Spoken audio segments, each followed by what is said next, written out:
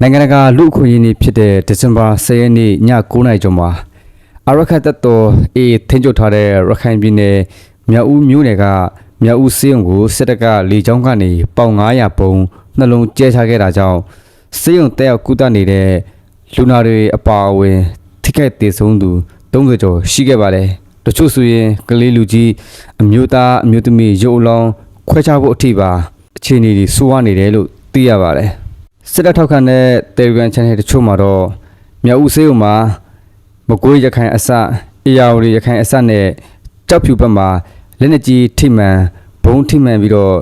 ဒဏ်ရာရစစ်သားတွေဟာမြောက်ဦးစေးုံမှာတက်ရောက်စေကုသနေလို့စစ်တပ်ကနေလေကြောင်းသုံးပြီးတော့ဘုံကျဲတက်ခိုက်ရှင်းလင်းရတာလို့ဝါဒဖြန့်နေကြပါတယ်အခုအချိန်ဒီမြောက်ဦးမြို့နယ်ထဲမှာစစ်တပ်ကလေကြောင်းဘုံကျဲတက်ခိုက်တာဆိုရင်ဒုတိယအကြိမ်ဖြစ်ပါတယ်အခုနှစ်နှစ်ဆန်းပိုင်းဇန်နဝါရီ17ရက်တုန်းကလည်းစစ်တပ်ကမြောက်ဦးမြို့နယ်ကရမ်းချောင်းဖျားရွာကိုလေကြောင်းပုံကျဲတက်ခတ်ခဲ့လို့အဲ့ဒီတုန်းကလည်းတေဆုံးလူ28ဦးထိရှိခဲ့ပါတယ်ဆိုတော့စစ်တပ်ဟာတရားဝင်လူတက်ခွင့်ရနေပါတယ်ဆိုတော့စစ်တပ်ကလေကြောင်းပုံကျဲတက်ခတ်ဖို့အတွက်ဒီတိုက်လေတွေကိုလေတပ်စခန်း10ခုမှာဒီခွဲပြီးတော့ဒီတက်ချက်ထားတာဖြစ်ပါတယ်ဒီစစ်တပ်လေရင်တွေအဓိကဒီဖြန့်ကွက်ထားတဲ့လေတပ်စခန်းတွေကတော့မကွေးလေတပ်စခန်းဖြစ်ပါတယ်ပြီးတော့တတူ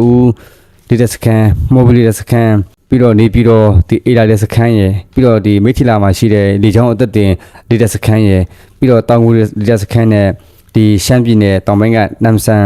လေတပ်စခန်းပြီးတော့ဒီပသိမ်လေတပ်စခန်းတို့ပဲဖြစ်ပါတယ်အဲ့ဒီပြင်ဒီ